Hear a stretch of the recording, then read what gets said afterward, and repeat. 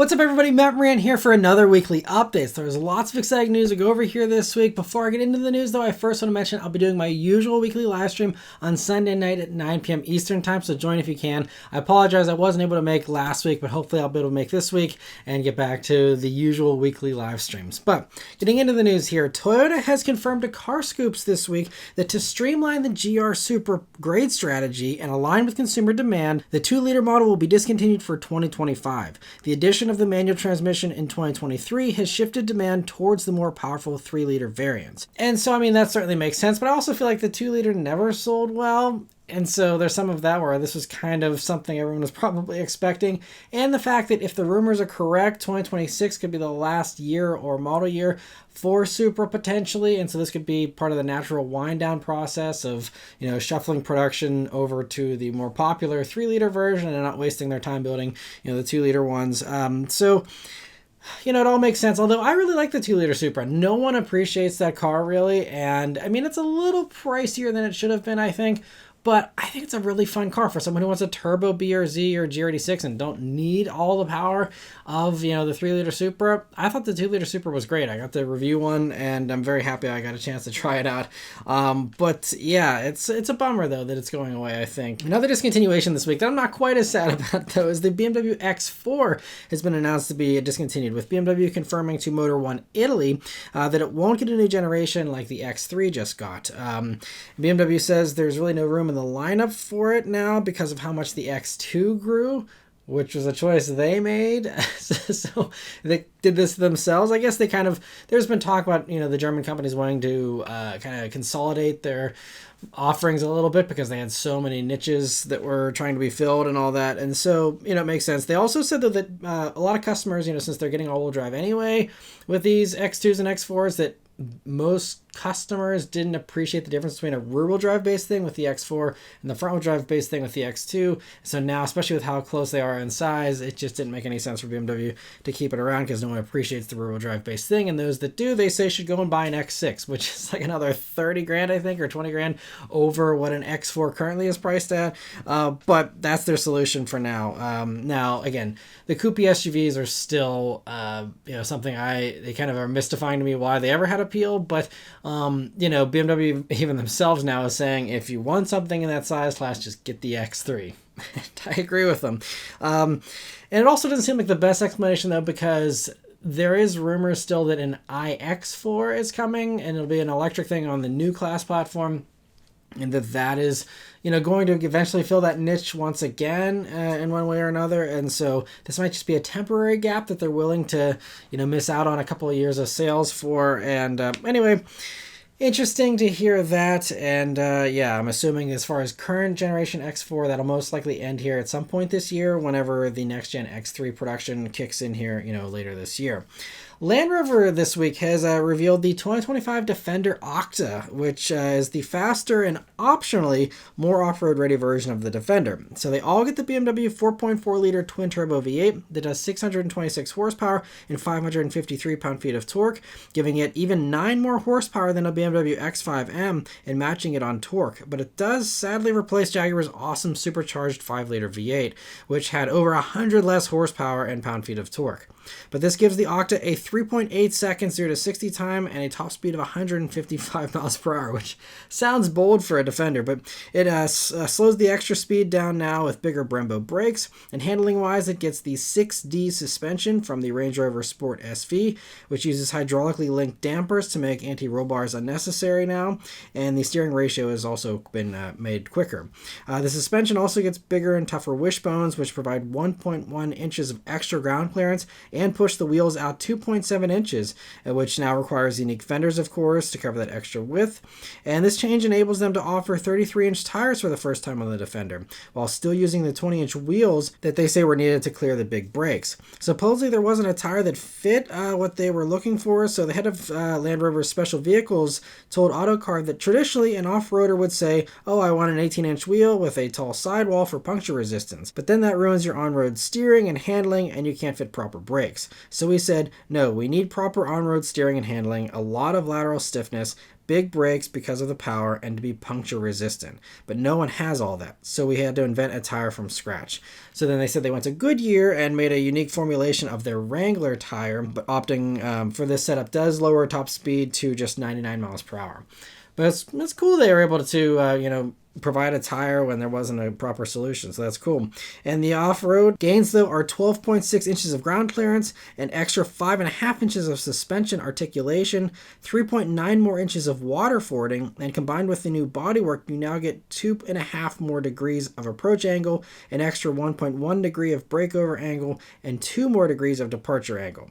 Visually, you also get some chopped carbon accents, tow hooks, new performance seats, and unique colors inside and out. They plan to make just 4,000 for the world for the 2025 model year at least, and only about 300 of those are coming to the US, which means pricing will probably be irrelevant, with these all likely getting markups, especially since a lot of these Land Rover dealers probably don't have a whole lot of inventory with the Jag stuff, fizzling out here. But they'll be starting at $155,475 and going up to $169,275 for the Edition 1. They'll likely keep building these, though, for a few years, so it's probably not going to be a one-year only thing or anything like that. And there's also rumors of even a two-door version of this coming at some point down the road, too. So, if you miss out on the first model year, don't be too nervous. It sounds like they will most likely continue this, especially if there's strong demand for it.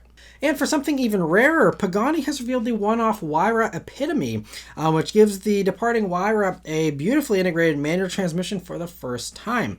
This, of course, was at the request of a very wealthy customer who paid for what Pagani says is a long and complex process because developing components dedicated to a single car requires the same time as those for series production cars. So you're literally single-handedly handling the development costs of this vehicle, which that's a whole nother level of richness. That's insane. So it took 9 months to plan, 10 months of additional work compared to a normal Huayra build, which already is a lengthy process. So this is in addition to that. This is years and years in the making. But it's a transverse-mounted 7-speed manual built by X-Track that's paired with a triple-disc clutch to handle the 864 horsepower and 809 pound-feet of torque from the AMG 6-liter twin-turbo V12. And I'm assuming it's the same manual that is now offered in the Utopia, which is what makes this really puzzling. I guess this person really loved the Huayra and really disliked the Utopia, or just wanted to have the only Huayra and it's just a bragging rights thing. But why not just buy the new Utopia, check the box for the manual transmission, and call it a day? I guess it's the exclusivity thing, and that's the whole point. But it's one of those things, money talks, I suppose. So the customer also requested an active suspension with a super soft mode. It also gets unique bumpers, headlights, and a rear wing. And so it's cool this exists, but it's still an interesting choice, I think, but cool regardless. But for some other hypercar news here, Koenigsegg broke 4 speed records recently in the Jesko. And so after reclaiming the record just last year from Rimac for fastest car from 0 to 249 miles per hour back to 0 with the Huayra, they decided to show off what the Jesko can do. So it ended up being almost exactly a full second faster than the Huayra, doing a 0 to 249 to 0 run in just 27.83 seconds. And in that one run, they also broke the record for 0 to 400 kilometers per hour, which took just 18.82 seconds. And for those focused on mile per hour instead of the kmh, they also claimed the record for fastest to 250 miles per hour, which is just 1 mile per hour more. But they claimed that record as well in 19.20 seconds, and as well as a 0 to 250 mile per hour to 0 test in 28.27 seconds. And it was accelerating so quickly, I guess, that's why they said the driver ended up hitting 256 miles per hour before beginning to brake, because I believe they only did this run once, if I'm understanding this correctly. So that's also pretty wild, but makes the braking records even more impressive if that is the case, because they literally are starting from a higher speed than they need to. But anyway, Very cool. Congrats to Koenigsegg on breaking their own records. And it sounds like, they're just going to continue to keep doing this. We will see if Bugatti can give them a run for their money with the new tourbillon. But in the meantime, this is awesome to see from Koenigsegg. Genesis this week has revealed the refreshed G80 Electrified at the Busan International Mobility Show. So it takes many of the updates from the gas model we saw several months ago, but interestingly, it gets a 5.1-inch longer wheelbase now to stretch the car for better rear seat room and more battery space, with the battery now going from an 87.2 kilowatt-hour pack to a 95.4 kilowatt-hour pack, but there's no updated range numbers provided for these yet. But the now roomier back seats also get more luxury, of course, with new VIP seating arrangements with leg rests. There's power closing doors now and a power operated curtain for the back window even. The unique grille and bumpers for the G80 Electrified here also get refinements, and there's also new 19-inch wheels. And strangely though, this is a 2026 model supposedly, but it'll go on sale in August in South Korea. I believe they mean August of this year, so I have no idea how that makes any sense. Are we just going to start saying that model years are just irrelevant? You can just call it, this is a 2030, even though we're in 2025. I mean, it just seems like a strange thing. But anyway, I'm guessing, too, that this stretch in the wheelbase suggests they're not planning on doing an electric G90, because otherwise, why stretch this? I would assume if people want a bigger backseat, you just tell them to get a G90, but I guess if there's no plans for an electrified G90, then this is kind of the solution. Again, a little bit confusing there on a variety of fronts for this vehicle, but nice improvements nonetheless. And for another thing that some people may find an interesting choice, the U.S. Supreme Court this week has overturned the Chevron doctrine. And I'm only talking about this because this pertains to emissions regulations. Otherwise, I avoid political stuff like the plague, and I don't enjoy talking about this stuff, but it's important to mention here for anyone that's looking at the future of cars. So, the Chevron doctrine, that was the thing that gave federal agencies the power to regulate all kinds of things, from water and food quality to things like pollution, so they've overturned that. And so this opens the door to legal challenges on basically everything. And again, those of you who follow the news, I'm sure already know all about this, but this puts a lot of these safety decisions as far as food, water, and pollution into the hands of judges instead of experts that know these subjects. And so an example that Carbuzz shared was from the executive director of American Public Health Association, that water companies could try to allow more lead in the water because it's cheaper to make water that apparently has more lead in it than having it actually be purified properly. So these are the types of things that now are going to be up to courts to decide, and we will see how much of a free-for-all we get as a result of this. But this, of course, is going to make every company that can make an extra profit by having deregulation very excited to do legal challenges and loosen the reins. And that, of course, extends to anyone that's been, restricted by the EPA at any point in their business's life here.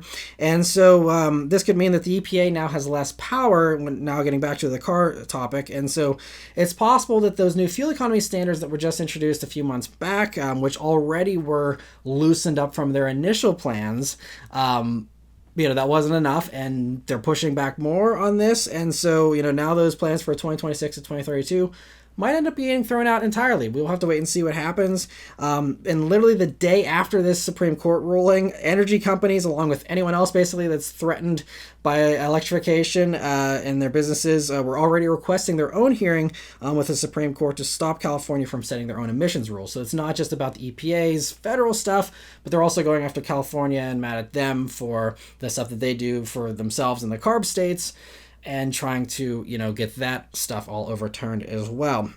So, while fans of gas guzzlers might be happy about this, it's important to also keep in mind that car companies plan things many years in advance, and supply chains, even more importantly, are set up years in advance. So like I've discussed with people hoping for, more Hemis to come back, Hellcats to come back, take your pick of whatever, gas guzzling thing you want. Most of that stuff is not going to come back. If it does, it's going to take years to, again, retool a factory, get this stuff going again, if it's already out of production. For stuff that's already in production, like the Hemi we talked about coming back for the Wrangler 392 Final Edition Part 2, or whatever you want to call it, there's some of those types of things where there's maybe some wiggle room in limited production amounts. We will see, how other companies pivot with these new rulings and the likely anticipation that everything's just going to be anything goes basically going forward here. And also, though, keep in mind there is a huge backlog in court cases as well, that the Supreme Court has to figure out what they want to hear, arguments on and stuff. So that also takes time. So also don't expect anything to happen overnight here, regardless of, how anything goes in the future here. These things are going to take time. But, it seems pretty clear that the direction from the Supreme Court is that, anything as far as energy regulations goes is going to probably be a thing of the past eventually here. We will see.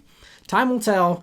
But, yeah, so, and I know SEMA was very excited about this because this, opens up a whole bunch of other stuff for others to pollute, as much as they want and not have any worries about any kind of restrictions whatsoever. And so if you are in that camp, this is very good news. And it's also something that makes obviously a lot of people upset as well. So I will leave it at that. But moving on here to the last news story here this week. On a somewhat related note, Mercedes told German publication Wirtschaftswoche, I probably butchered that, but it's basically the German economic weekly newspaper. They are reporting that Mercedes plans to invest more in combustion engines than their previous plan, including $15 billion extra this year alone.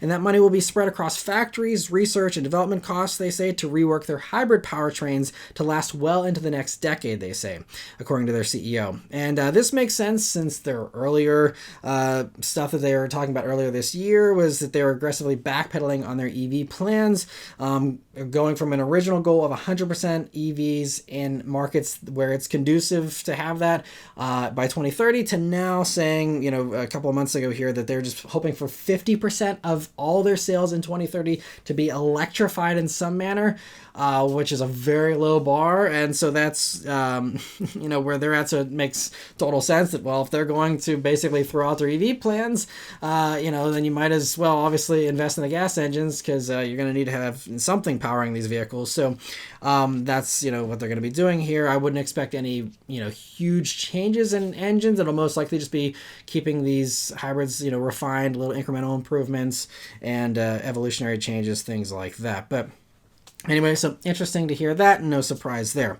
But lastly, I want to thank all of you that are members of the Maran Motoring Club. So we didn't have any new members join this past week, but I did want to thank those of you who have been rejoining. I really appreciate you continuing to support the channel. It means a lot. And so thank you and shout out to all of you who have continued to rejoin on your own and to continue to be members here. And for those of you who'd also like to join or rejoin and become members of the Maran Motoring Club, there's always join buttons here on the video page, on the channel page, and a link in the description. But anyway, thank you all very much for watching. Let me know your thoughts on all this stuff in the comments below. Please leave a like and subscribe to keep these videos coming, and I'll see you guys in the next one. Take care.